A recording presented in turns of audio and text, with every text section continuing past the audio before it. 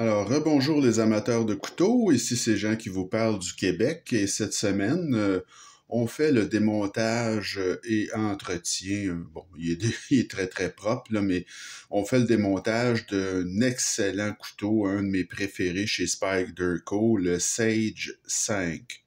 Donc, c'est un couteau que j'ai acheté il y a déjà un bon moment et on va faire une légère révision pour pallier, si vous voulez, comme je vous avais dit, à la mauvaise qualité sonore de mes premiers vidéos.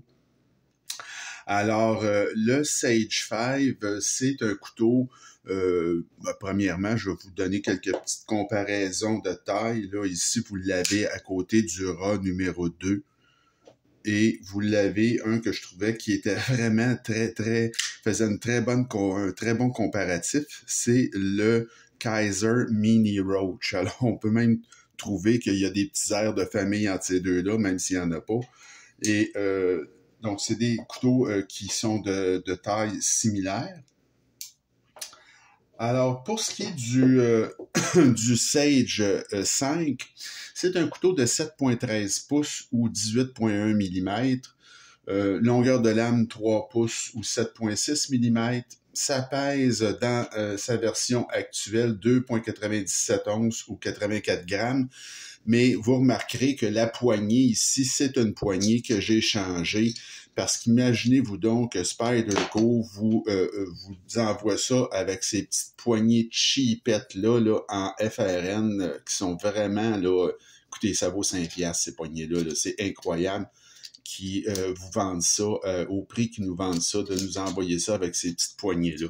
Alors, je les ai changées pour ces poignées-là qui sont beaucoup plus jolies, qui sont en fibre de carbone, mais c'est pas du fibre de carbone véritable comme c'était annoncé sur Etsy. Là, c'est un plaqué, donc à peu près 1/3, 2/3 ou 1/4, 3/4, là, une légère couche de fibre de carbone sur une base de G10.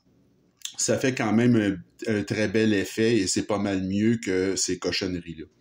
Alors, l'acier, c'est du CPM S30V, un acier premium. Pour ouverture, évidemment, c'est le fameux trou de pouce, là, breveté ou marque de commerce de Spyderco. Vous avez le mécanisme de compression lock qui est, encore une fois, ou qui était, je devrais dire, parce que le brevet est tombé, mais qui était unique à Spyderco, le breveté. Les matériaux du manche, ben, comme je vous dis, là, moi, c'est du fibre de carbone, ou, disons un plaqué de fibre de carbone, mais initialement, c'est du FRN, des poignées ultra cheap. L'action, c'est des rondelles de bronze, comme à peu près tous les Spyderco. Épaisseur de lame 0,118 pouces ou 3 mm. L'épaisseur de manche 0,41 ou 10,3 mm. Et dans son plus large, ici, vous avez 1,59 pouces ou 40,5 mm. Vous avez un clip qui est tip-up et avec ce manche-là, le clip n'est pas réversible. Donc, c'est un clip tip-up qui n'est pas réversible. C'est ce que ça donne en poche, c'est ceci. Donc, c'est quand même très, très bien. Avec les poignées originales, le clip est réversible. Et j'avais oublié de vous dire, le style de lame, ben, c'est un style qu'on appelle de type feuille, hein, leaf style blade. Alors, ça fait le tour pour notre petite révision. Ah oui, en passant, ce couteau-là est fait à Taïwan. J'ai payé 155 $ il y a environ 2 ans et aujourd'hui, croyez-le ou non, avec les petites poignées en FRN, ils vous vendent ça 206 $. Donc, moi, en tout cas, je trouve ça très exagéré, mais ça, c'est la politique de prix des couteaux américains. Alors, on va démonter tout ça. Vous allez voir que c'est quand même quelque chose qui se fait très bien. Là, c'est pas compliqué. Les couteaux Spyderco sont très, très bien faits, mais sont pas tous faciles à démonter. Celui-là, le Sage, il va très bien. La plupart, en tout cas, des couteaux Spyderco qui sont difficiles à démonter, c'est toujours à cause de la même maudite affaire, c'est le trou de lanière. pensez à un PM2 ou surtout le Para 3 qui a un trou de lanière là, vraiment beaucoup plus gros que celui-là. Vous voyez qu'ici, il est quand même petit, là. Donc, ça, c'est ma nouvelle poignée. Et c'est très, très difficile de défaire un Spyderco Para 3. Vous risquez d'abîmer malheureusement là, la poignée. Donc, c'est pas quelque chose de facile. Je vous le dis tout de suite, là. Moi, je m'aventurerais pas si vous n'avez pas à démonter un couteau Para 3, là, faites-le pas parce que c'est à vos risques et périls. Ça, c'est pas le fun de démonter ça. Alors là, les tolérances chez Spyderco sont toujours très bonnes. Je vais y arriver, mais c'est un petit peu plus... Il y a toujours un petit peu de zigonnage, là, parce que comme je vous dis...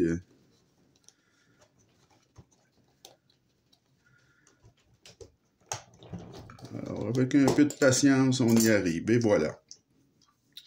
Alors, vous voyez ici le compression lock, là, la petite rondelle de bronze est restée en arrière.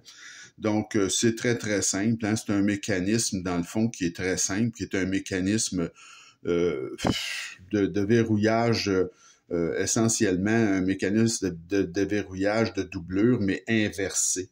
Donc, il s'agissait d'y penser pour pas que la lame soit dans le chemin ou les doigts soient dans le chemin de la lame qui se ferme. Donc, c'est beaucoup plus sécuritaire là, d'avoir un mécanisme comme celui-là qu'un mécanisme ordinaire, si vous voulez, de verrouillage de doublure.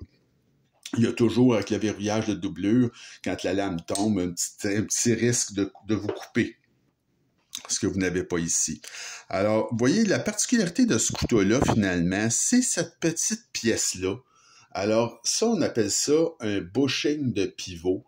Alors, c'est une petite pièce qui vient s'insérer carrément sur le pivot, voyez-vous, et ça fait en sorte que la lame, elle va tomber, elle va glisser beaucoup plus facilement. Et c'est une pièce, ça, que, écoutez, on retrouve ça sur des couteaux beaucoup plus chers, là. Il l'a, par exemple, sur le Capara de Spyderco. Les couteaux Chris Reeves possèdent tous ce qu'on appelle des rondelles comme ça ou des bushings de pivot. Donc, ça fait très haut de gamme, ça. La rondelle de pivot comme ça. Et ça vous assure une action extraordinaire. Alors, je vais remonter ça tout de suite parce que, comme je vous disais, le couteau est parfaitement propre. Je vous cacherai pas, je l'ai nettoyé l'autre jour, je l'ai défait. Alors, le couteau n'a pas besoin d'être huilé ou quoi que ce soit. Il est parfait, est en parfait état. Alors, c'est pas plus compliqué que ça. Alors, ça se réassemble très, très bien. Alors, je vais tout de suite procéder là, avec les vis et puis le tour est joué. C'est pas un couteau, comme je vous dis, le Sage fait partie des Spyderco qui se défont très bien. C'est un couteau où il n'y a pas de problème avec le trou de lanière. Là, il est relativement petit parce que chez Spyderco, on fait pas juste un trou à travers le manche. Là, on met une espèce de tunnel, si vous voulez, là, en fer qui est très... écoutez, c'est pratiquement posé sous pression et puis ça fait en sorte que le couteau est très, très difficile à désassembler. Comme je vous dis, c'est très long. Puis dans le cas du Para 3, même, il y a un risque de bris, là. Donc, c'est pas agréable. Moi, j'aime pas ça. Je me sers jamais de ça, un trou de lanière. Je sais pas pourquoi Spyderco s'obstine littéralement à mettre des immenses trous de lanière partout. C'est comme si c'était une nécessité quand il y a à peu près même pas 5% des amateurs qui servent de ça. Donc, c'est comme s'il était figé dans le temps un petit peu, là, je sais pas. C'était peut-être à la mode il y a 20 ans, mais là, il serait temps qu'il évolue un petit peu. Donc, vous voyez que le couteau, c'est très bien réassemblé. La lame, elle est parfaitement centrée. Il n'y a aucun jeu. Comme je vous dis, le Sage, c'est un couteau formidable. C'est vraiment un de mes Spyderco préférés. L'ergonomie de ce couteau-là est tout simplement sensationnelle. C'est un couteau qui va vous durer la vie. Le problème, ben, c'est le prix. Moi, comme je vous dis, même en ayant eu en vente, j'ai le couteau avec la nouvelle poignée me revient quand même à 225, 230, ce qui est quand même très cher. Et si vous l'achetez comme ça, directement de chez Spyderco, ben c'est 300 $. Alors, c'est à vous de voir. Est-ce que vous aimez assez ça pour acheter un couteau comme ça? Mais en tant que qualité d'objet, c'est remarquable. Le fonctionnement est absolument parfait. C'est solide. L'ergonomie est géniale, comme je vous dis. C'est léger. Ça n'a à peu près pas de défaut, finalement. Alors, ça fait le tour de notre révision démontage de cette semaine.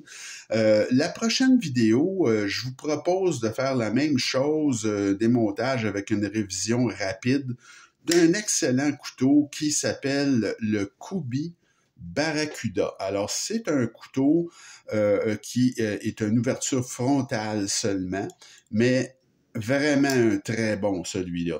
Alors, il est en titane, tout en titane, et c'est un de mes meilleurs couteaux à ouverture frontale. Alors, on fera ça dans la prochaine vidéo, le Kubey Barracuda. Alors, j'espère que cette vidéo vous a plu, et puis continuez à vous abonner à ma chaîne et à m'écrire. Ça me fait toujours plaisir d'avoir de vos nouvelles.